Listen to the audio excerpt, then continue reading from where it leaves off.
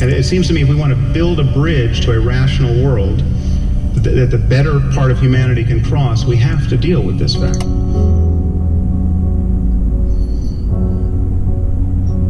Now, most of us do our best not to think about death, but there's always part of our minds that knows this can't go on forever. Part of us always knows that we're just a doctor's visit away or a phone call away from being starkly reminded with the fact of our own mortality, or of those closest to us. Now, I'm sure many of you in this room have experienced this in some form. You must know how uncanny it is to suddenly be thrown out of the normal course of your life and just be given the full-time job of not dying or caring for someone who is. But the one thing people tend to realize at moments like this is that they wasted a lot of time when life was normal. It's not just what they did with their time. It's not just that they spent too much time working or compulsively checking email. It's that they cared about the wrong things. They regret what they cared about. Their attention was bound up in petty concerns, year after year, when life was normal. And this is a paradox, of course, because we all know this epiphany is coming. Don't you know this is coming? Don't you know that there's going to come a day when you'll be sick or someone close to you will die, and you'll look back on the kinds of things that captured your attention, and you'll think, what was I doing? You know this, and yet if you're like most people, you'll spend most of your time in life tacitly presuming you'll live forever. It's like watching a bad movie for the fourth time, or bickering with your spouse. These things only make sense in light of eternity. Because even if you live to be 100, there's just not that many days in life. So what is the point of life? Is anything sacred? Does such a question even make sense? And I think these questions do make sense, and there are answers to them. But the answers are not a matter of getting more information. The answer is a change in attitude. There are ways of experiencing life as sacred without believing anything, and certainly without believing anything on insufficient evidence. There are ways to really live in the present moment. What's the alternative? It is always now. However much you feel you may need to plan for the future, to anticipate it, to mitigate risks, the reality of your life is now. Now, this may sound trite, but it's the truth.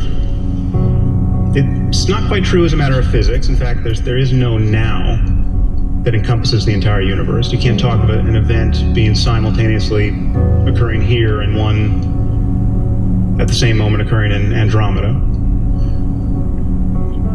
The truth is that now is not even well defined as a matter of neurology, because we know that inputs to the brain come at different moments, and that consciousness is built upon layers of inputs whose timings have to be different. Our conscious awareness of the present moment is, in some relevant sense, already a memory. But as a matter of conscious experience, the reality of your life is always now. And I think this is a liberating truth about the nature of the human mind. In fact, I think there's probably nothing more important to understand about your mind than that, if you want to be happy in this world. The past is a memory. It's a thought arising in the present. The future is merely anticipated. It is another thought arising now. Okay, what we truly have is this moment and this. And we spend most of our lives forgetting this truth. repudiating it, fleeing it, overlooking it. And the horror is that we succeed. We manage to never really connect with the present moment and find fulfillment there because we are continually hoping to become happy in the future. And the future never arrives. Now, even when we think we're in the present moment, we're in very subtle ways always looking over its shoulder, anticipating what's coming next. We're always solving a problem. And it's possible to simply drop your problem, if only for a moment, and enjoy whatever is true of your life in the present. So we have a very limited view of what's going on. We're subjectively unaware of most of what our minds are doing. And yet when we think about what matters is consciousness and its contents.